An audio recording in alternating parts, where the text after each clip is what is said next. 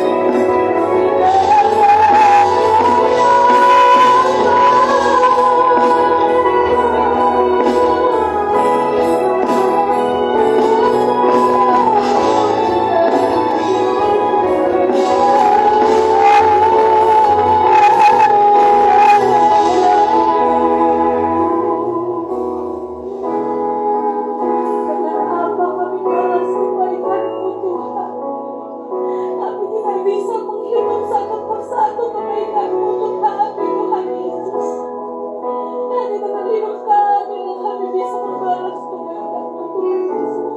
Hidup yang sesuai dengan firman-Mu, berada di jalan-Mu Tuhan.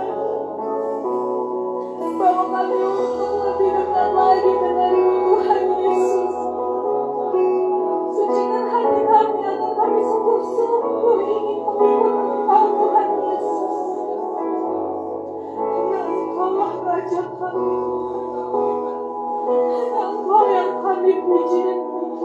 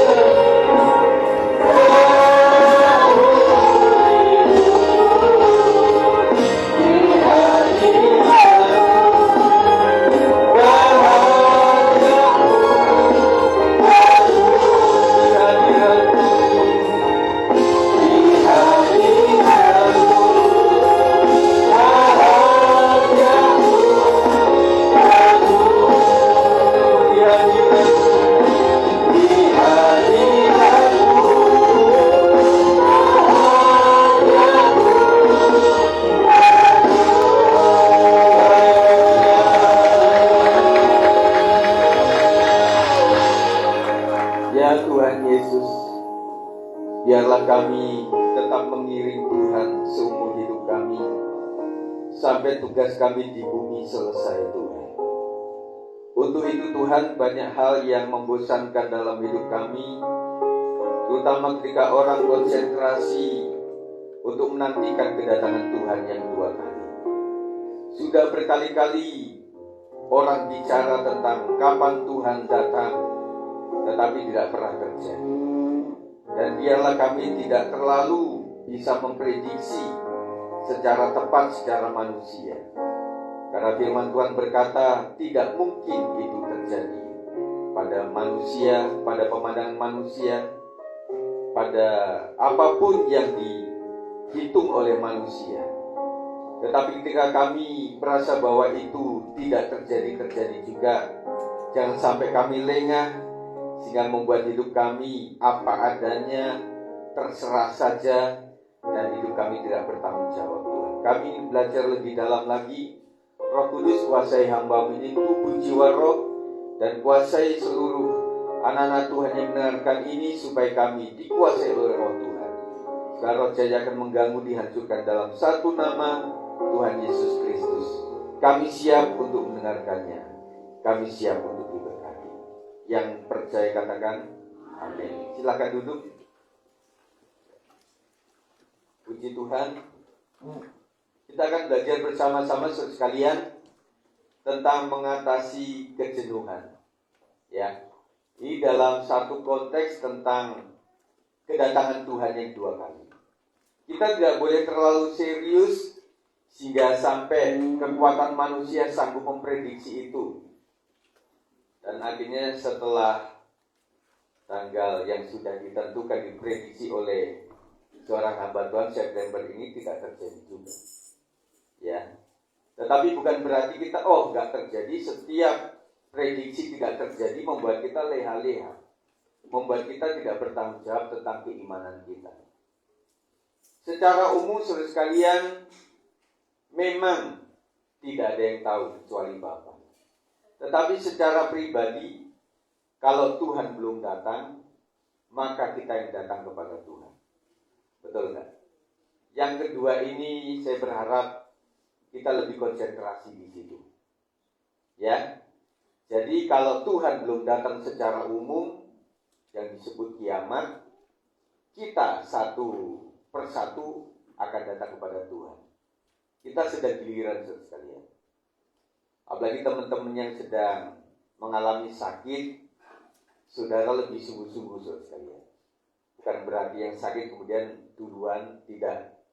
Bisa jadi yang sehat walafiat malah duluan sekalian.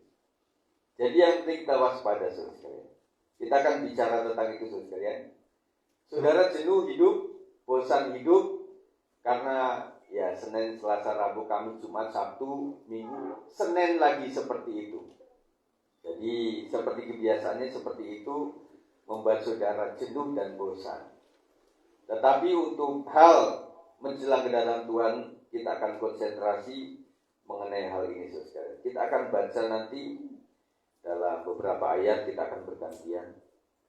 Sebagai pendahuluan, hal menanti adalah hal yang menjenuhkan, termasuk dalam menantikan kedatangan Tuhan Yesus yang kedua kali. Oleh sebab itu firman Tuhan dalam perikop ini dalam 1 Tesalonika 5 ayat 1-11 berjudul berjaga-jaga. Kita bergantian ya. Saya ayat 1 dan kemudian Bapak Ibu Saudara.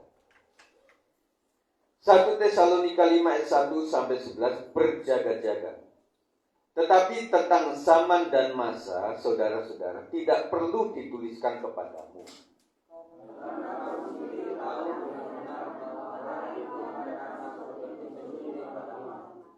Apabila mereka mengatakan semuanya damai dan aman, maka tiba-tiba mereka ditimpa oleh kebinasaan, seperti seorang perempuan yang hamil ditimpa oleh sakit bersalin. Mereka pasti tidak akan luput.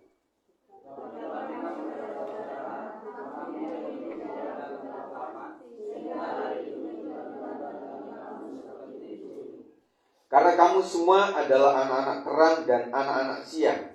Kita bukanlah orang-orang malam atau orang-orang kegelapan.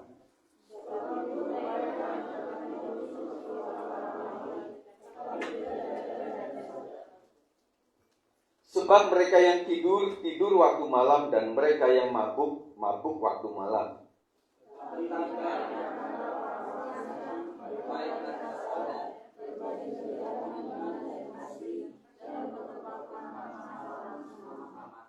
Karena Allah tidak menetapkan kita untuk ditimpa murka, tetapi untuk beroleh keselamatan oleh Yesus Kristus Tuhan kita.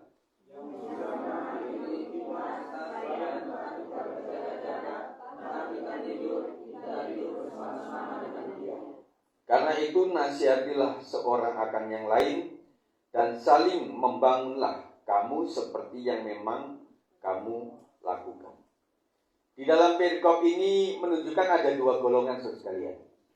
Yang pertama golongan gelap dan kemudian golongan terang. Bagi yang gelap dikatakan bahwa kau tidak diterangi oleh kebenaran firman, jadi membuat kata-kata tentang kedatangan Tuhan itu menjadi sesuatu yang mereka nggak ngerti, nggak tahu gitu, nggak memiliki tanda, dan mereka bilang wah. Yang Kristen juga ada golongan seperti ini, sehingga membuat mereka, ya Yesus nggak datang-datang, ya sudahlah, kita nikmati hidup sajalah, begitu ya. Tetapi buat orang yang percaya kepada Tuhan Yesus Kristus, kita punya tanda khusus, ya. Yang artinya tanda pertama bahwa kedatangan Tuhan itu hanya Bapa yang tahu. Yang kedua melalui tanda-tanda zaman, kita tahu kapan Tuhan akan datang. Sehingga membuat orang lain yang tidak mengerti firman Tuhan, kedatangan Tuhan itu karena mereka leha-leha, lalai, sehingga mereka kaget, oh ternyata Tuhan datang. Sehingga mereka seperti perempuan yang bodoh. Ya, akhirnya mereka tertinggal begitu. Tetapi buat orang-orang anak-anak Tuhan yang mengerti firman Tuhan, ini bukanlah sesuatu yang mendadak. Ya, waktu orang prediksi nggak jadi, ya kita bersyukur bahwa masih ada waktu untuk kita berjaga-jaga lagi. Amin, saudara sekalian. Kita lanjutkan bacaan kita. Kristus berjanji bahwa Dia akan datang kembali untuk menjemput setiap orang yang percaya. Orang percaya adalah yang pertama golongan orang Kristen. Tapi ada orang Kristen KTP. KTP singkatan apa? Kristen tanpa pertobatan, begitu. Jadi ada yang Kristen jalan-jalan juga ada. Jadi Kristen juga banyak golongannya sekalian. Ya. Tetapi kita orang yang percaya harus percaya tidak cuma di mulut, tetapi praktek di dalam tindakan nyata sekalian. Ya, tidak cuma berteori, tetapi mempraktekannya. Penantian akan kedatangannya kembali bisa membuat bosan atau jenuh bagi mereka yang tidak mengerti prinsip kebenaran. Dan bagaimana caranya supaya kita tidak jenuh dalam nanti kedatangan Tuhan Yesus? Yang pertama, sadar akan rahasia Tuhan. Ayat 1 dan 2 kita baca sama-sama. 1, 2, 3. Tetapi tentang zaman dan masa, saudara-saudara, tidak perlu dituliskan kepadamu. Karena kamu sendiri tahu benar-benar bahwa hari Tuhan datang seperti pencuri pada malam. Ya saudara, banyak orang hamba Tuhan yang membaca ini, tetapi prediksinya itu macam-macam sekalian. Ya anggap saja kita orang-orang yang tidak terlalu mengerti, tidak berpendidikan tinggi lah. Kalimat ini sebenarnya sudah menunjukkan sebuah arti. Ya. Tanyalah ibu-ibu di kampung gitu loh. Tentang ini, bahwa hari Tuhan datang seperti pencuri pada malam. Si ibu-ibu yang agak buta huruf itu mengatakan, wah, memang Tuhan Yesus pencuri ya? Bisa begitu. Tetapi masih kedatangannya seperti pencuri itu tanda-tanda bahwa dia adalah seorang pencuri. Yang pertama adalah dia nggak ngomong. Adakah saudara mau kemalingan kemudian malingnya ngomong dulu, bro, gua mau datang ya, mau nyuri ayam? Itu namanya bukan pencuri. Penculik pun Ada yang bilang, awas anakmu, hati-hati ya. Tetapi ada yang sudah dia culik, baru dia ngomong. Setelah itu boleh anakmu tidak diapa-apakan, boleh kembali, tetapi sekian puluh juta. Itu namanya disandra sekalian. Tetapi pencuri yang sesungguhnya itu nggak ngomong-ngomong. Ada saudara yang menjadi pencuri hati buat calon pasangannya, buat pacarnya. Mencuri hati. Ya, saudara sebagai pencuri hati itu masih baik sekali. Arti kata pencuri itu memang benar-benar tiba-tiba dan saatnya juga malam. Khasnya begitu. Meskipun banyak pencurian dilakukan pada siang hari yang disebut begal gitu ya. Dan kalau misalnya bicara tentang begal yang bawa celurit panjang sampai 1 meter lebih itu, orang yang nolong juga mikir sekali. Yang bisa mengatasi itu hanya orang bersenjata. Kalau di Amerika atau di negara Eropa lainnya boleh menggunakan senjata dengan berizin. Di Indonesia nggak boleh. Sampai kaliber berapa mesti ada izinnya sekali. Kalau untuk senapan burung masih boleh, tapi kaliber berapa sekali. Karena orang sipil tidak dibekali dengan senjata itu, makanya orang cuma bisa tolong begitu, akhirnya mereka kabur juga sekali. Dan banyak terjadi. Makanya kita mendoakan buat anak-anak kita yang naik motor ya. Anak kami juga naik motor, dan juga beberapa anak-anak muda juga naik motor. Bahkan Anggi pun tadi malam naik motor juga. Kita doakan loh anak-anak kita tuh ya, supaya mereka aman dalam perlindungan Tuhan. Apalagi Rika. Sampai ke Bogor, sampai mana-mana. Dan pengalaman yang luar biasa. Dan juga banyaklah yang kita mesti doakan untuk anak-anak kita ya, supaya mereka dijauhkan daripada malapetaka. Kejenuhan muncul karena kita ingin tahu semua waktu dan rencana Tuhan. Saya pernah membahas ini kalau saudara sekalian. Enak enggak? Misalnya kita semua tahu tentang kehendak Tuhan dalam hidup kita. Kalau yang baik-baik enak saudara. Misalnya nih, kan ada izin Tuhan tuh. Kita akan kejedot pintu, kita akan masuk got begitu ya. Terus saudara itu serba tahu. Secara psikologi sehat nggak kira-kira? Nggak sehat saudara. Nah pada saat saudara kena kejedot pintu gitu ya. Nah akhirnya waktu kejedot itu saudara kesakitan dan pusing. Tetapi akan pusing ketika saudara tahu bahwa besok saya akan kejedot pintu. Secara psikologi saudara lakukan apa? Kemana-mana pakai helm, ya kan? Setiap ada pintu masih 5 meter sudah tunduk begitu ya. Jadi orang aneh sudah. Benar nggak? Makanya seorang nabi Tuhan atau roh seorang nabi tidak everything dikasih tahu sama Tuhan. Suatu saat anak muda kami tanya kepada, dulu ada namanya Kowing namanya. Dia itu bisa punya karunia nabi. Jadi kalau dia mendoakan orang itu tahu permasalahan dia. Kemudian anak muda tanya, karena anak muda kan kepo. Kok apakah apa-apa dikasih tahu sama Tuhan? Oh tidak. Jadi saya tanya sama Tuhan pun kadang-kadang Tuhan nggak kasih tahu sama saya. Oh gitu. Jadi Tuhan kasih tahu sama saya itu kalau memang Tuhan ingin berkata-kata kepada seseorang atau kepada jemaat. Kan ngeri juga sekali. Misalnya dia seorang hamba Tuhan, punya roh nabi, kenabian. Kemudian dia akan mempersunting dengan seorang gadis. Kemudian apa-apa tahu, nggak enak sudah. Ya, lagi mules tahu, lagi mau apa tahu, apa yang akan terjadi 2 hari lagi tahu. Hidup ini kayak nggak sejahtera sudah. Ya, dalam hal tertentu ya. Jadi nggak selalu dalam hal apapun Tuhan kasih tahu sama kita, termasuk dalam hal kedatangannya. Kejenuhan muncul karena kita ingin tahu semua waktu dan rencana Tuhan. Tetapi Tuhan memanggil kita untuk hidup oleh iman, bukan pada apa yang kelihatan. Jadi ini maknanya, saudara. Kalau orang serba tahu apa yang akan terjadi, iman gak akan bertumbuh, saudara. Gak akan bertumbuh.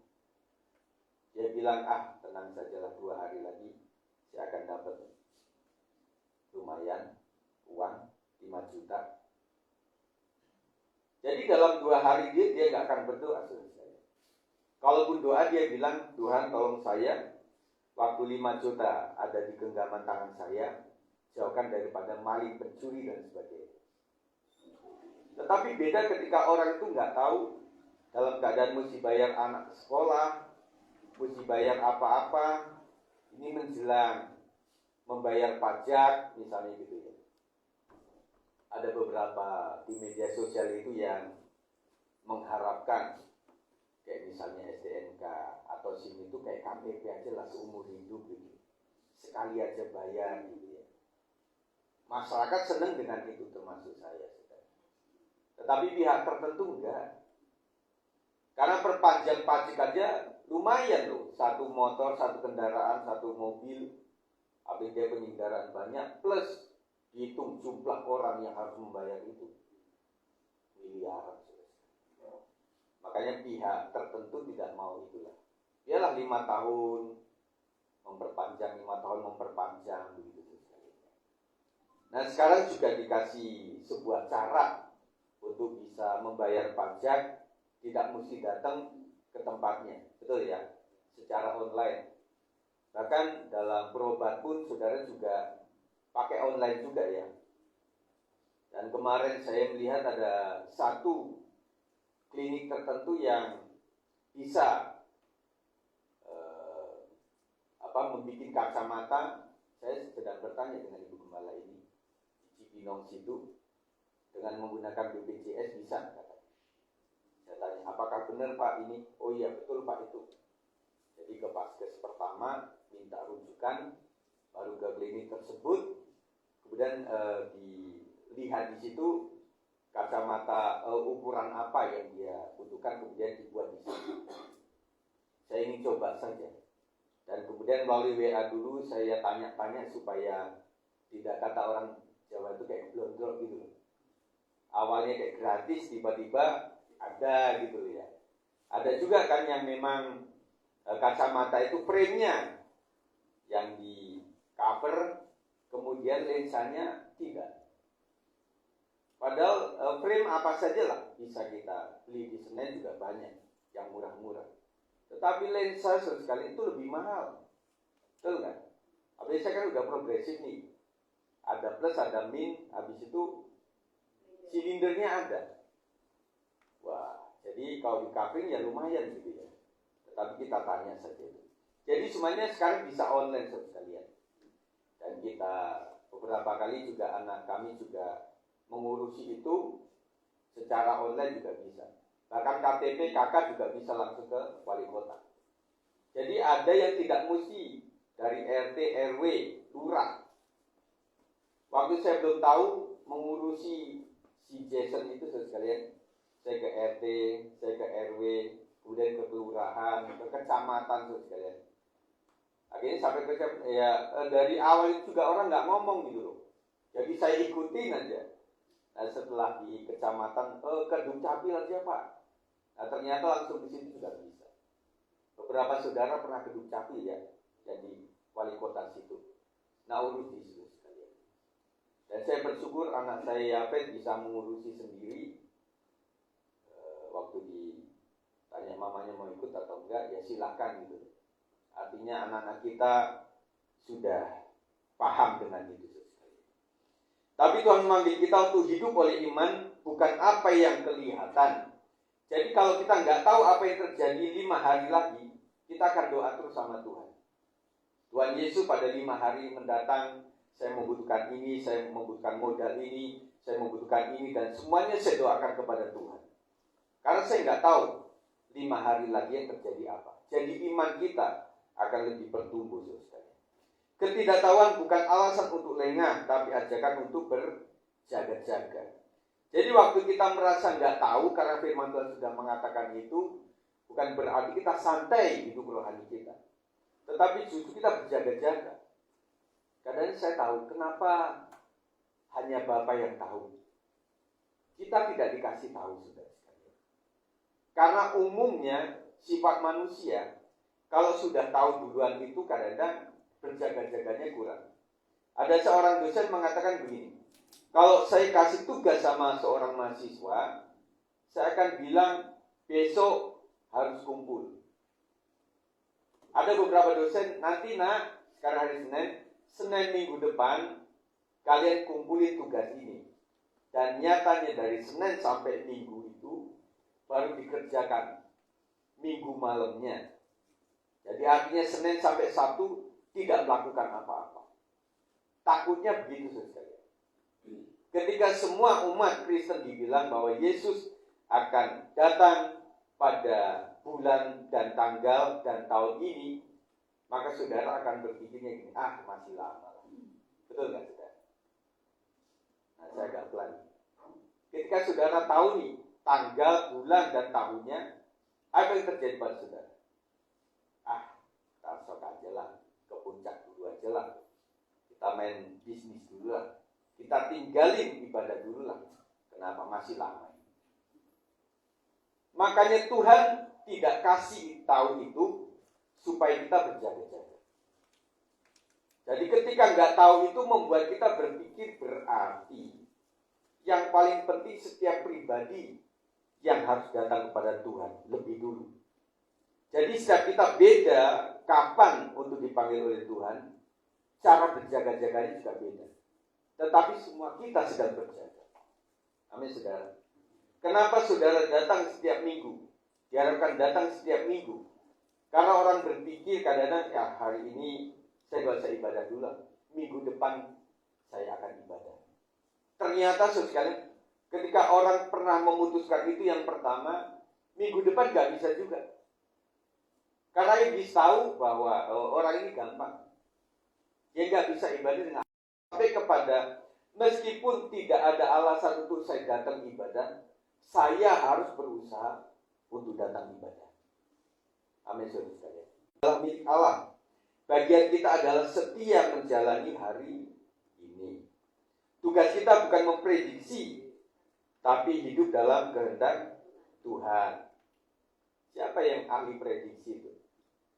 Kalau saudara prediksi menyatakan ialah bagi kita dan bagi anak-anak kita sampai selama-lamanya, supaya kita melakukan segala perkataan hukum Taurat ini.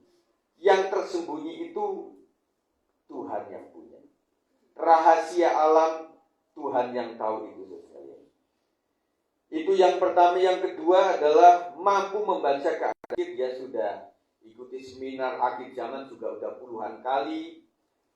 Sudah jual harta juga sempat itu.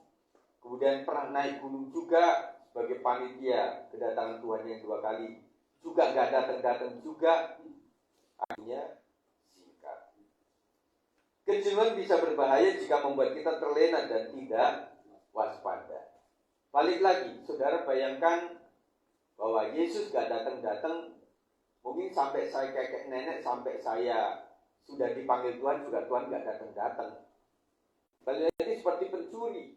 Ketika orang mengatakan sekarang aman semuanya dan baiklah kita santai saja, tiba-tiba Tuhan Yesus datang.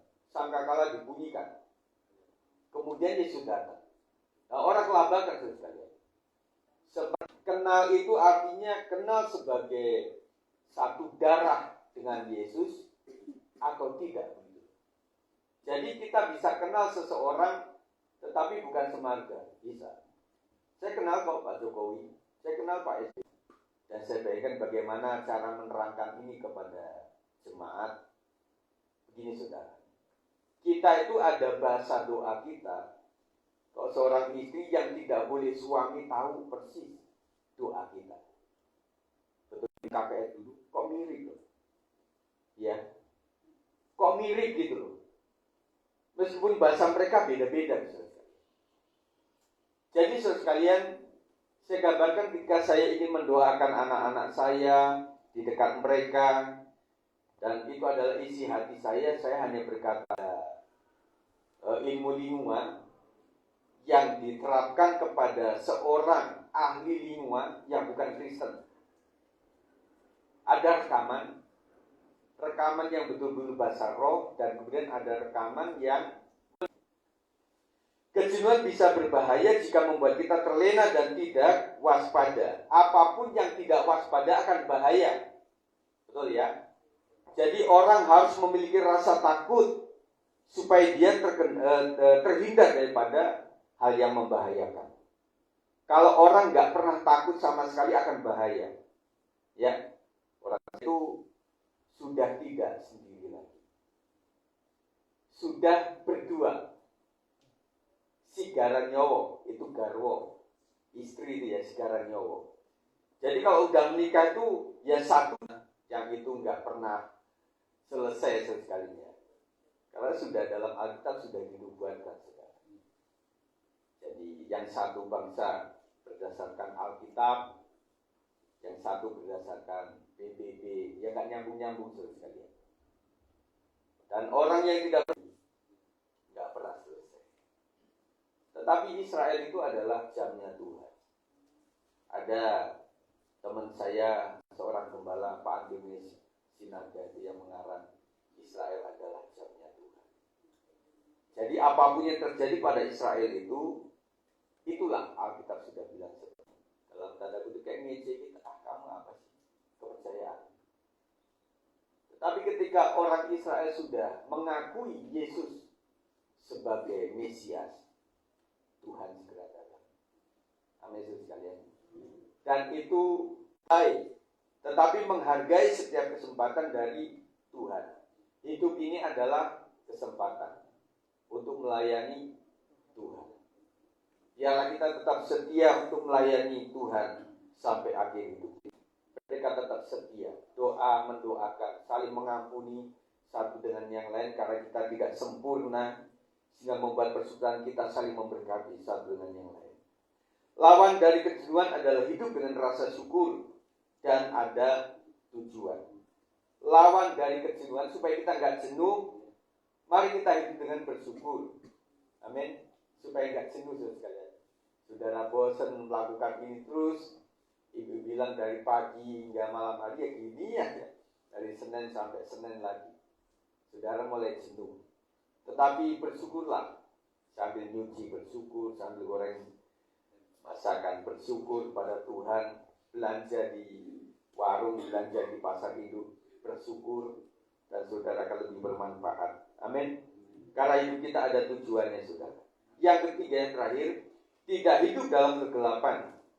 Ayat 4 dalam 1 Tesalonika 5, 1, 2, 3. Tetapi kamu saudara-saudara, kamu tidak hidup di dalam kegelapan, sehingga hari itu tiba-tiba mendatangi kamu seperti pencuri. Kegelapan rohani membuat kita hidup terasa hambar dan kosong. Ya, saudara yang merasa hambar hidup, doa, ya asal doa, nggak bisa menikmati apa-apa, menyembah ya asal menyembah secara formal, tetapi tidak mengalami Tuhan. Hati-hati, jangan sampai ini terus-terusan membuat kita mengalami kegelapan rohani. Tanpa persekutuan dengan Tuhan, hidup jadi monoton dan jenuh. Ya, terus kalian lebih banyak bersekutu dengan Tuhan supaya hidup kita itu tidak monoton dan jenuh. Mazmur 16 ayat 11 mengatakan, engkau memberitahukan kepadaku jalan kehidupan, di hadapanmu ada sukacita berlimpah-limpah, di tangan kananmu ada hikmat senantiasa. Anak-anak terang dipanggil untuk hidup dengan sadar dan ada kesadaran, ada tujuan. Jenuh sering datang saat kehilangan arah dan makna hidup. Orang yang tidak fokus cenderungnya jenuh, bosan melakukan apa-apa. Makanya setiap kita harus punya tujuan, saudara. Saudara membuka rumah untuk komsel harus ada tujuannya. Saudara datang ke ibadah harus ada tujuannya. Saudara memberikan persembahan, memberikan kolekte, memberikan persepuluhan, memberikan dana untuk Natal, dana kematian, diakonia, harus tahu tujuannya. Kalau lupa tujuan diakonia dan dana kematian, baca ulang tujuannya untuk apa, saudara. Artinya segala sesuatu yang ada tujuan membuat kita bergairah. Misalnya saudara sedang nyetir mobil, kemudian nggak punya tujuan, semangat nggak kira-kira? Ya keliling, sudah keliling, kemana kita ya? Jadi membuat saudara itu nggak bergairah. Saudara sudah bilang, nah kita akan pergi ya ke daerah sana, Cibubur ke sana, kemana? Ke Mekarsari. Di sana keren. Ada kebun-kebun, ada kebun buah, kemudian ada bunga-bunga, dan ada tempat-tempat, ada kuda di sana. Keren ya Pak? Iya. Yuk kita datang ke sana. Anak-anak antusias karena ada tujuannya saudara. Meskipun sampai setelah Cibubur itu macetnya minta ampun sebelum ke arah Jombolu saudara. Tetapi ada tujuan lebih, ada gairah saudara. Bangun persekutuan dengan Tuhan, dengan sesama dan dengan panggilan hidup kita. Kehidupan rohani yang tetap menyala akan menjaga bara semangat kita. Kita bangun persekutuan kita saudara sekalian dengan Tuhan. Mari belajar untuk bangun dan doa sama Tuhan. Saat siang anak-anak sekolah, suami saya bekerja atau istri sedang sibuk, saudara adakan waktu bersekutu dengan Tuhan. Saat malam hari sebelum tidur, doa sama Tuhan. Doa pagi adalah terima kasih Tuhan, sepanjang malam sudah lindungi saya. Meskipun pintu lupa dikunci, tetapi Tuhan melindungi saya. Terima kasih. Yang ketawa itu pernah. Ya. Dan kemudian menyerahkan hari ke dalam tangan Tuhan dari pagi hingga malam hari. Kiranya Tuhan memberkati saya. Waktu saya buka warung, Tuhan akan berkati. Waktu saya buka bengkel, Tuhan berkati. Waktu saya buka usaha, Tuhan berkati. Waktu saya bekerja, Tuhan berkati. Pertemukan dengan orang-orang yang baik, yang sehati, yang murah hati. Lindungi perjalanan kami Tuhan, supaya pergi dan pulangnya aman dalam perlindungan Tuhan. Dua pokok doa yang dinaikkan pada pagi hari. Yang pertama bersyukur untuk semalaman. Yang kedua menyerahkan seluruh perjalanan hidup seharian. Setelah itu, ketika saudara sudah mau tidur, saudara balik lagi. Sama. Terima kasih Tuhan, seharian saya sudah mengerjakan segala sesuatu. Dan kemudian apa yang belum selesai, Tuhan, kiranya Tuhan akan perintahkan malaikatmu untuk meneruskannya. Dasarnya apa? Karena Tuhan memberkati kita pada saat kita sedang tidur. Kita doa. Terima kasih Tuhan, saya sudah ketemu ini, saya sudah punya pelanggan baru, saya sudah ketemu dengan bos yang biasanya rewel, hari ini gak rewel. Puji Tuhan, Tuhan sudah jamah. Nah kita doakan ucapan syukur kita kepada Tuhan. Karena kiranya Tuhan menyerahkan malam hari ini di dalam tangan Tuhan. Kalau saya doa malam itu selalu saya doakan, ya Tuhan akan memberkati mulai dari parkiran Hermina sampai masjid Hermina, sekolah global, wilayah keluarga Bakas, kemudian lorong tempat kami masuk, juga termasuk PLN, jauhkan daripada bencana alam, termasuk pompa air ini juga saya doakan sekalian. Kenapa? Pada saat ini ngadat luar biasa. Ini berat untuk mengatasi ini semua. Dan jangan sampai di hari Minggu itu ini ngadat sekalian. Itu repot kita. Ya, kita punya toren, tetapi toren ini kan dibagi. Kami dan kosan sama mama papa di sini. Begitu banyak air yang mesti dikeluarkan sekalian. Saya doakan gitu ya. Jadi totallah saudara sekalian. Doakan saudara sekalian untuk lingkungan saudara. Saya juga doakan saudara itu lingkungan rumahnya supaya dijaga oleh Tuhan, termasuk lingkungan usahanya diberkati oleh Tuhan. Saya tahu ada beberapa orang yang punya usaha di tempat lain ya, bukan di sekitar rumah. Supaya Tuhan menjagai. Karena kan nggak mungkin ya Pak, misalnya ditutup kemudian dibawain semuanya, dibawain ke rumah, baru besok dibawa lagi. Nggak begitu saudara. Nah makanya saya doakan. Nah kalau saudara kami sudah mendoakan itu, saudara jangan lupa mendoakan juga. Dan doakan untuk kompresor yang saya tinggal itu, supaya aman dijaga oleh Tuhan. Begitu saudara. Nah ketika balik lagi waktu saudara bangun, terima kasih. Begitu saja saudara. Itu menjaga kita, hubungan kita dengan Tuhan. Mau lakukan itu? Amin.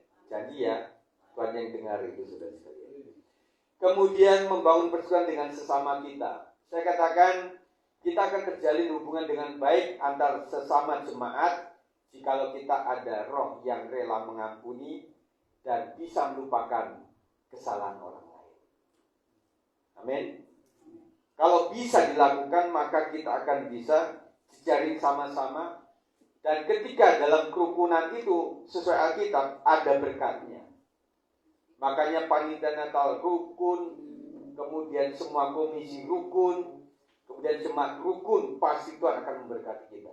Amin.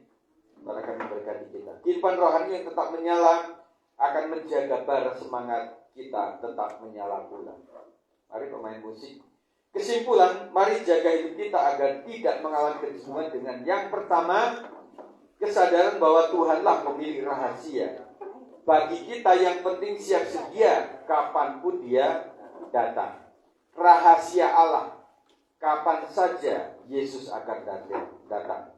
Yang penting secara pribadi saya siap sedia. Yang kedua, mampu membaca keadaan. Jangan sampai jenuh oleh karena memaknai bahwa ini kok nggak datang-datang, membuat kita jadi santai begitu. Tetapi tidak sekalian. Tetapi malah kita dalam keadaan seperti ini mesti berjaga senantiasa. Yang ketiga, hidup dalam terang. Dengan membangun persekutuan dengan Tuhan, dengan sesama, dan juga panggilan hidup kita, kita akan siap untuk menjelang kedatangan Tuhan. Di dalam Alkitab mengatakan ketika Yesus datang, adakah iman di bumi ini? Iman adalah harta yang berharga. Mari para orang tua wariskan iman kepada anak cucu menantu kita. Karena iman itu tidak lekang oleh apapun juga. Harta benda bisa kita wariskan. Tetapi kalau mengelola dengan cara yang tidak baik, harta benda seberapapun juga akan habis, saudara. Tetapi kalau warisan iman, saudara, iman itu akan bertumbuh, akan berkembang. Di saat miskin, orang bisa berdoa. Makanya ada pesan dari seorang orang tua pada kami waktu itu. Udahlah kamu sama istrimu itu rela ya dari yang ketiadaan, dari hal yang biasa saja, supaya engkau ada kenangan.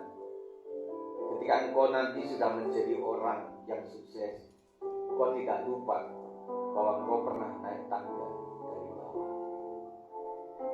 Ya, anak-anak muda sekalian, belum tentu ketika engkau setelah lulus itu dan berpikir S1, S2, S3 pun banyak yang tidak punya pekerjaan.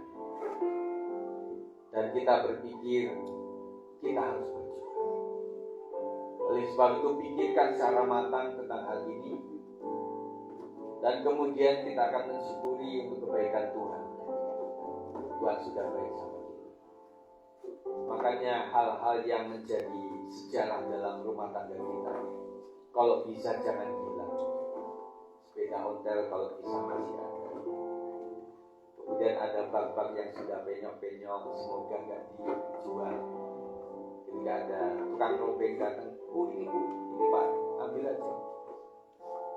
Dan kemudian ada beberapa baju-baju yang itu adalah kenangan. Baju kami pada saat tunangan masih ada. Dan bahkan baju kami pada saat kuliah masih ada. Ya puji Tuhan, badan saya nggak berkembang. Ini saja ukurannya sekali. Ya, itu adalah kenangan yang indah. Kemudian ada foto-foto pada saat kita berjuang. Semoga itu masih tertempel di dinding rumah kita, sehingga menunjukkan ada cerita dari balik semuanya. Kita tanya sama anak kita. Satu saat kan ada wawancara antara Pak Dono, Pak Indro dengan anak kosong. Ya, 3 anak itu kan. Kemudian Indro itu kan kasih sebuah umpan tentang masa-masa lalu. Dia tanya sama anak Gensi ini, apa itu DKI? Daerah khusus ibu kota, gitu ya. Mereka ditanya, gitu ya. Akhirnya, wah sudah nggak bisa lah, nggak masuk gitu kan anak Gensi. Gitu ya. Itu Dono kasih no Indro. Kemudian dikasih foto lama mereka. Suruh nebak mana Indro, mana Kasino, mana Dono gitu ya. Salah tebak semuanya. Itu anak-anak sekarang sekalian. Kenapa anak-anak ini demikian? Karena mereka tidak tahu sejarah masa lalu seperti apa. Nah, semoga anak-anak kita tahu bagaimana pengorbanan orang tua pada saat masih menjajaki tanah Depok, berjuang. Dan dikatakan ada anekdot sekalian buat orang Batak ini. Ya.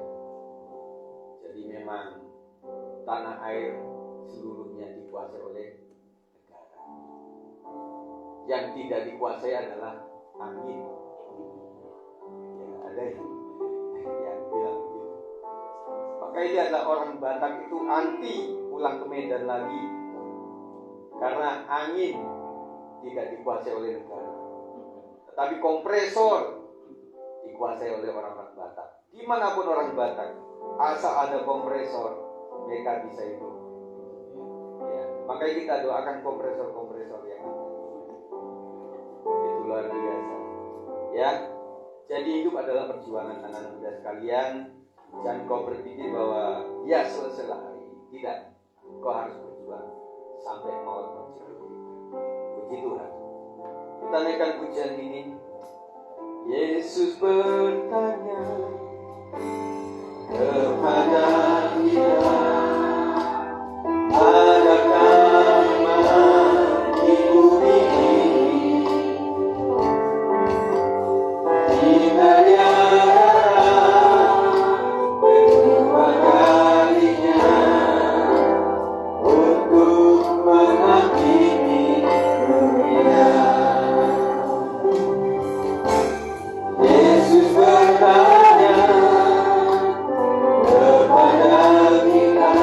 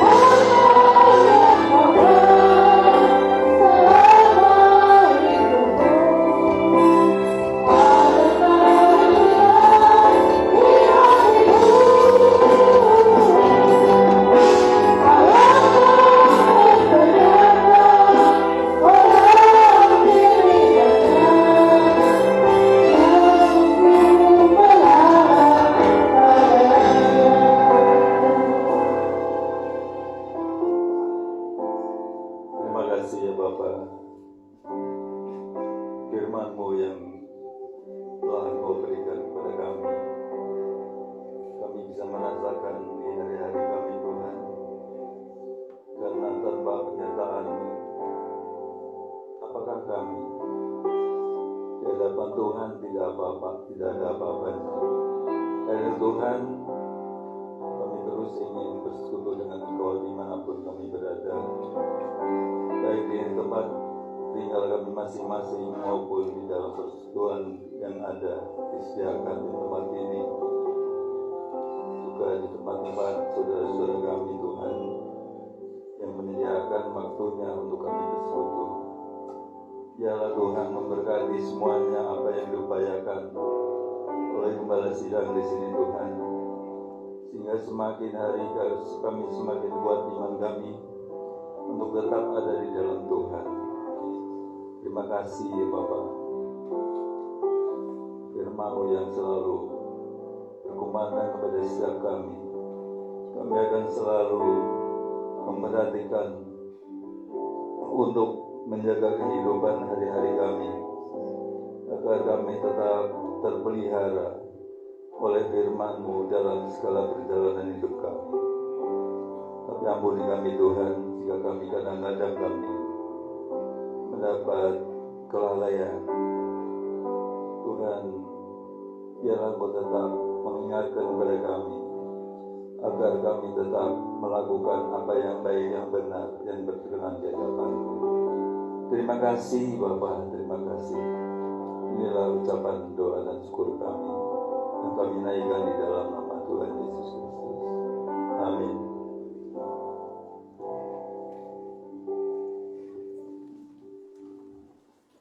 Kita sudah mendengarkan firman Tuhan, kiranya Tuhan Yesus memberkati hamba-Nya. Tiba saatnya kita akan mengumpulkan persembahan. Saya undang yang bertugas. Mari kita bersatu di dalam doa. Ya Allah Bapa yang bertahta dalam kerajaan surga, Tuhan Yesus, kami bersyukur buat berkat-Mu, buat penyertaan-Mu, buat kebaikan-Mu di hidup kami semuanya Tuhan Yesus. Bapa, saat ini kami mau mengumpulkan persembahan sebagai ucapan syukur kami atas berkat-Mu Tuhan Yesus. Kiranya apa yang kami berikan ini dapat menjadi berkat buat tempat ini, dapat memperluas kerajaan-Mu di tempat ini juga Tuhan Yesus, dapat menjadi dupa yang harum bagi-Mu Tuhan Yesus. Terima kasih Tuhan Yesus, haleluya, amin. Bye.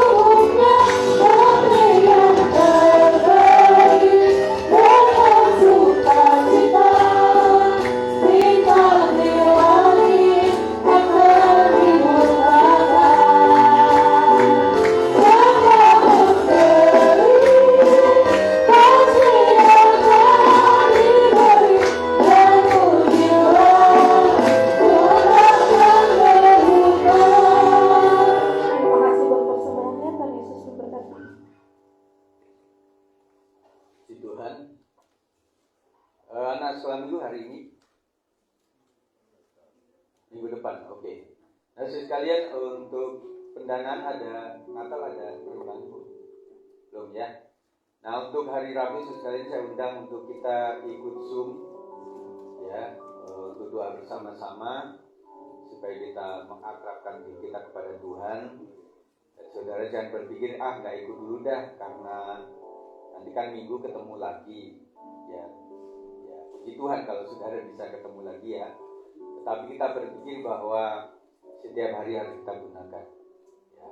Terus kemudian nanti hari Jumat ibadah WW di sini, kemudian hari Sabtu atau minggunya ada latihan doa pagi di tempat ini, ibadah raya minggu depan adalah perjamuan kudus. Siapkan hati kita dan juga mulai mengkalkulasi, memikirkan apa-apa yang kita mesti minta ampun di hadapan Tuhan. Supaya dengan demikian kita bisa menerima, nanti dulu bisa menerima perjamuan kudus dengan hati yang betul-betul diberkati oleh Tuhan. Itu ya. Dan kemudian siapkan diri kita juga karena hari Sabtu nanti ada ibadah ucapan syukur di keluarga Pak Sab. Jam berapa? Jam 4 ya. Jam 4, jam 5 lah ya. Karena itu agak jauh, kita tunggu saja teman-teman itu ya. Nanti silakan yang mau hadir segera kasih tahu ke kita supaya kita bisa tunggu atau tidaknya ya. Nah, semoga nggak hujan ya. Tadi malam hujan luar biasa. Nah, akhirnya ya tidak terlalu lama sehingga bisa tidak sampai banjir gitu ya. Saya udah, aduh Pak Sab ini gimana? Tadi malam banjiran ternyata sudah selesai ya. Itu saja, saya pikir Tuhan berkati, tetap sehat dan sejahtera senantiasa. Dan juga teman-teman di wilayah coba tengok kanan kiri siapa aja nggak datang hari ini supaya di kontak-kontak apakah mereka sakit atau sedang ada hal-hal yang lain yang perlu kita doakan ya. Itu saja, nanti akan diumumkan yang lain lagi melalui WA group.